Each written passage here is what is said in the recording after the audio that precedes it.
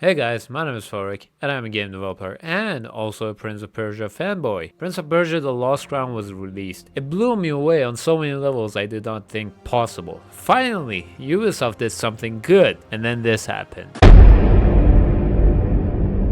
Internet was going crazy on it, on Twitter or X, people getting mad. I'm not saying there's no real concern here, but if you read the interview, the question before it begs for its response. It's kinda taken out of context, but there are more underlying issues under the surface of this thing, which is beyond the topic of this video. Bellular has done a great job going through this, link is in the description. Back to The Lost Crown. This game is bonkers. There are so many times in my footage that I said out loud, "Excuse me, what the fuck?" during my playthrough. Almost everything from the graphics, combat, platforming, sound effects, and music, and I don't know what to call this. I'm just gonna show it to you.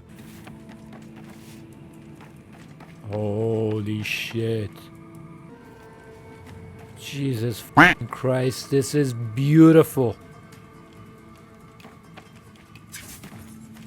And haunting. Because I have thalassophobia. That one made me come. But before we begin, I gotta tell you, making this video is a single reason I hated my experience playing this game. If you're looking at my face and wondering why I look like shit, that's because this game is so long and I had too much shit to do in the game that I had to lose 2 nights of sleep for this. Yes, in other games, if it's an open world RPG grindfest, that's definitely a problem. But this game just has so much to offer, and it doesn't get repetitive. I had to make a decision and not play the full game for this video. I stopped almost at 3/4 of the game and watched the story on YouTube because I got the sense that the story is not making sense halfway through. So consider this a disclaimer that this is not a full review, but I have a very good idea of what this game is. If you're a fan of 3D Prince of Persia games, test if you can get over the game being a 2D game. There's a demo for this game that you can try out. And no, you're not playing as a prince, you don't have the time rewind. Someone else has it. But the core design of the game is still a Prince of Persia title. Combat, puzzles, platforming, and it delivers on all those pieces masterfully. On with the video. We begin the game by playing Sargon, one of the legendary immortals. Persia has been suffering for 30 years and Kushans are taking their chance to attack Persepolis. The army is being beaten and 7 immortals are here to save the day. We play as Sargon, the youngest of the bunch. At the start we get a feel for the combat. It seems really simple yet feels good even at the start. We go through some introductory platforming, we fight the Kushan general, it sets up the boss fights and how they're gonna play out, and we save the day. On to a party after a glorious battle. Queen Tamiris is honoring Sargon. Sargon meets the prince, and Ahita is shown to be mentor of Sargon and saying this to Sargon. "What is at the end of my blade? I know." We join our immoral friends for some trash talking and banter. This forgotten immoral tells us that the prince is kidnapped. We go to find Anahita is responsible. We try to stop her. Obviously we fail because the game needs to happen. One our boss and we go to Mount Koth, a mysterious and abandoned place that doesn't hold back at what you're going to experience. Oh my god, that's fucking cool. What? And the game begins. I gotta say, the characters felt uninteresting in this prologue. The game, in my opinion, fails to convince me to be invested in saving the prince. He's just boring. We don't know him. He hasn't done anything interesting. And at the start of the game, feels like just another job for the immortals. But manages to interest me because of Anahita suddenly doing this and Mount Koth being otherworldly in so many freaking ways. The introductory sections of Mount Koth is just showing you the flow of the game.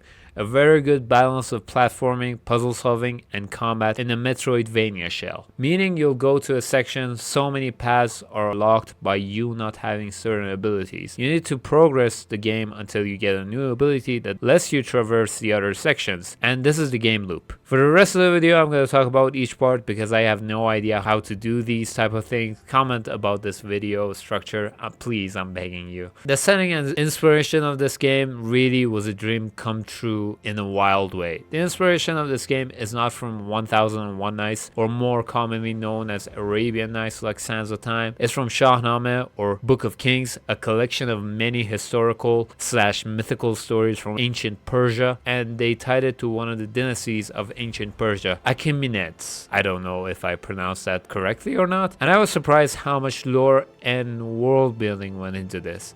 The character dialogues are intertwined with Persian references. There is so much text attached to the objects that you find in the game that you can get lost in. And this game features professional Persian voice acting and subtitles. Comparing it to the Forgotten Sands, they forced their own voice actors to say Persian stuff. I think it was Ratash and Razia, but it felt really rough, even though I couldn't really understand what they were saying. But here you can sense they're really good saying the words. There is this mythical god slash bird called Samorg that was in the Book of Kings, acts like one of the benevolent beings that selects and approves the kings. The immortals themselves are inspired by a military unit of 10,000 men with the same name. Other notable stuff is a smith that you'll see in the game that acts as one of the ways that you can upgrade your amulets. More on that later.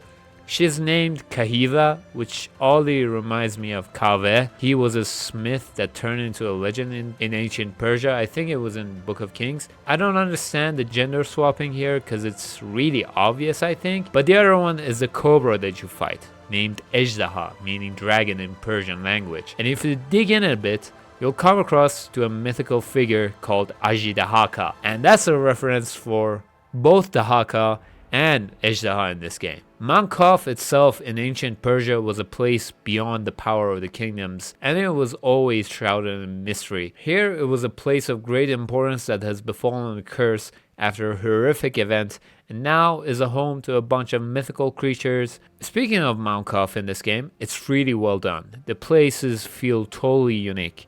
From ancient Persian architecture to mystical library, sewers, depths of hell which is full of sands, frozen tower. Don't fooled by the name of Mount Kaf, this place is so full and distinct locations are dotted around the place. There are two forests in this game. One feels like an Amazonian forest, the Arcanian forest, and the other one is more like a haunted slash magical forest. Each place has a fair share of collectibles, puzzles, stuff that is locked due to you not having the abilities that you can come back to. Interesting and mind-boggling interactions all over the place. Very interesting puzzles. Some of them I think are inspired by Braid or something like that. And platforming.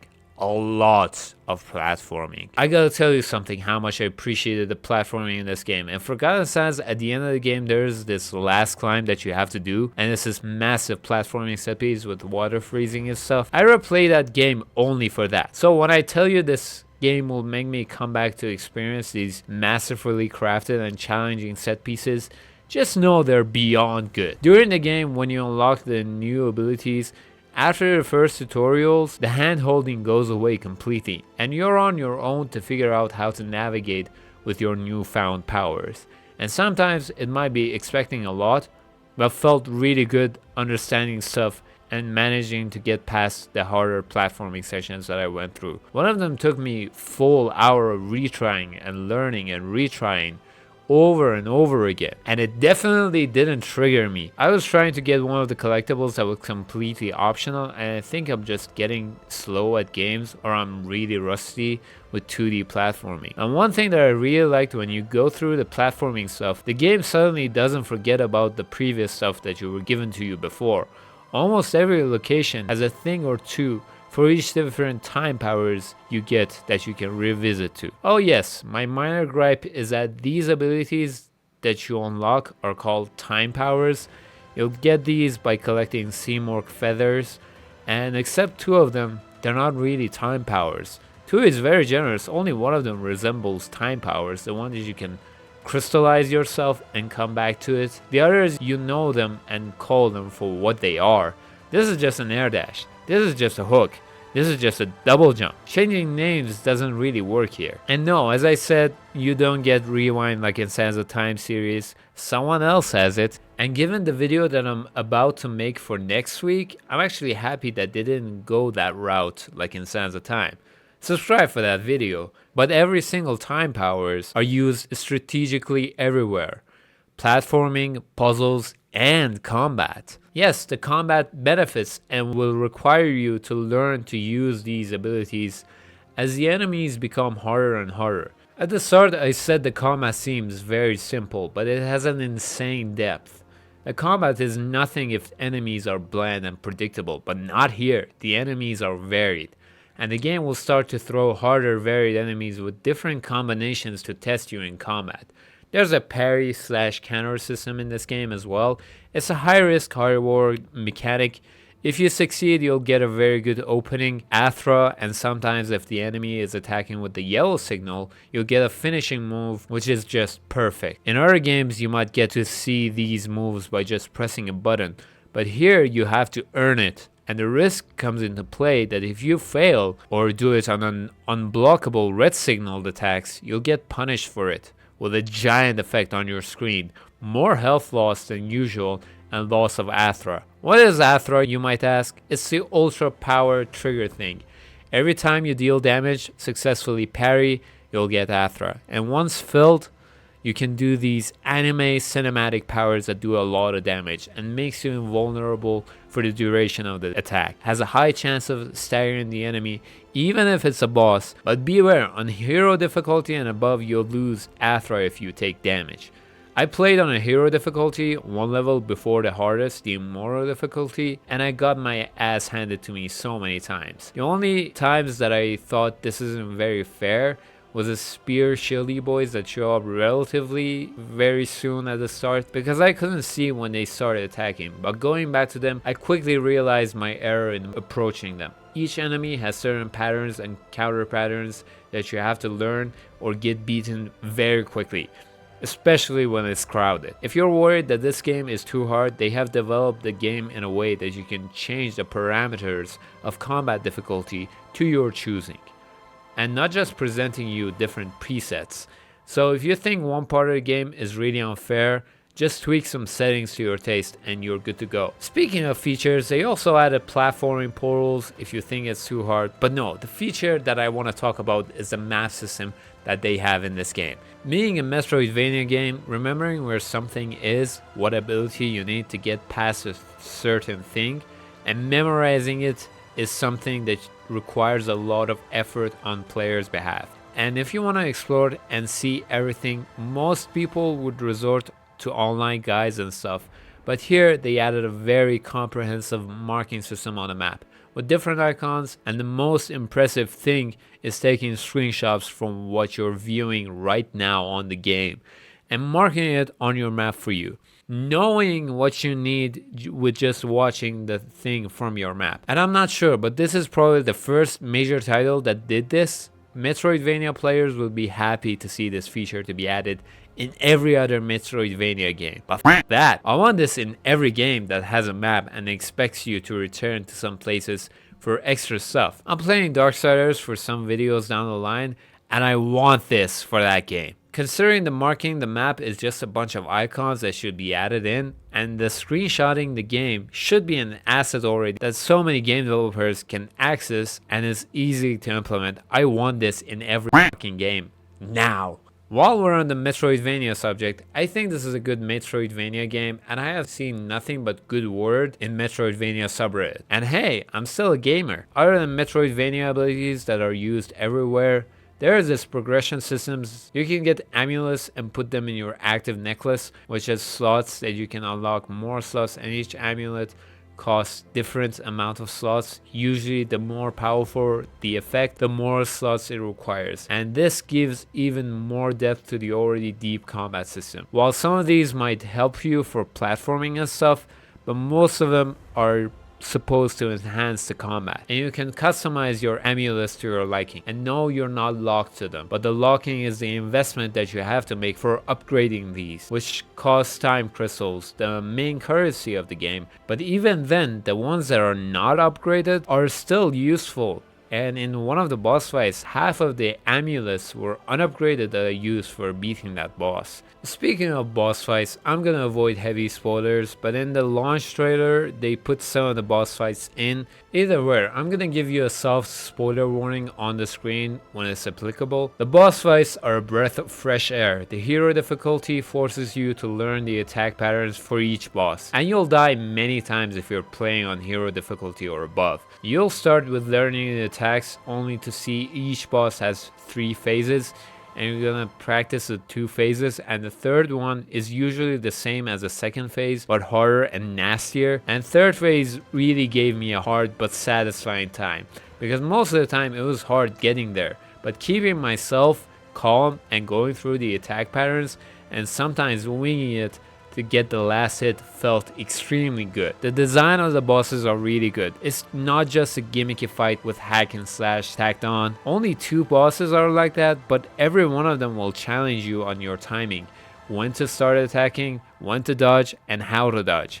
Again, this game uses everything that you have got up to that point. Every time powers that you get during your journey is used here, if you don't want to get punished by some of the attacks. Take Oroth for example.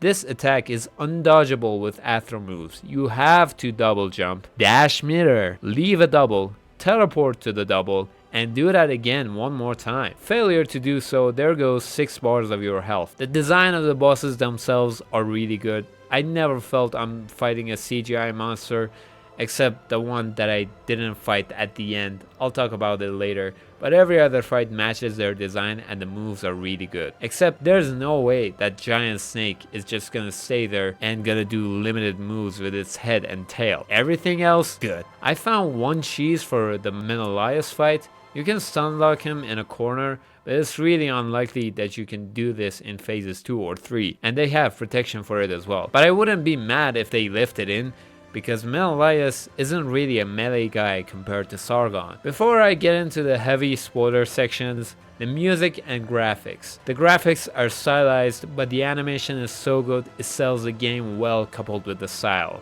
and it doesn't feel cartoonish. Every place that you visit is implemented masterfully. The vibe never fails its target. The sewers and the depths really made me feel uneasy and uncomfortable. Same for the music as well, but it has just one big massive problem. It's too fucking good. They hired professional musicians that are versed in traditional Persian instruments and deliver a soundtrack that never gets old considering how long the game is. And being a metalhead, I'm really happy that they did some metal tracks as well, and I was getting distracted during one of the mini boss fights. Let me enjoy this without the game. I was really torn in that moment. Now for the story and characters. It really didn't get there for me. I'm gonna give you a heavy spoiler warning right now. The characters themselves felt one-liners. Sargon himself has this arc, Anahita throwing him the question of what is at the end of your blade, which results in him saying, I think I understand now. what does that mean? Do you understand in a philosophical manner, or you now know who really is your enemy? You understands now, boys. Oh, by the way, there are alternative Sargons that you fight during the game.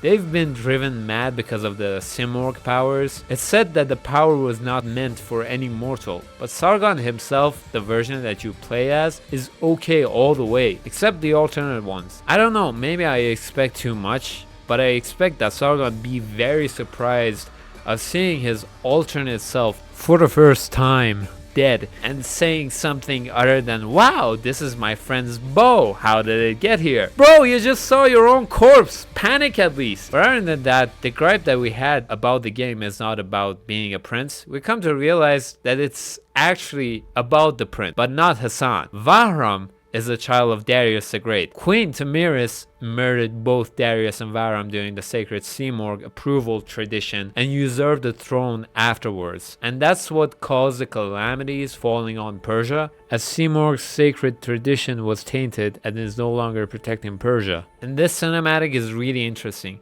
It shows Darius trying to save Vahram by giving him the magical juice, whatever it is, and it seems Vahram is split into 2. One of them is a Vahram that we get to fight, traumatized, broken, and with very distorted life goals. And the other one you see during your journey, still young, time lost, and seemingly it's just a day for him after 30 years. But it doesn't keep it interesting all the way, especially with the ending that we got. Did the broken Vahram just come to his senses with the power of friendship? Then I wish to be where we mortals are friends again.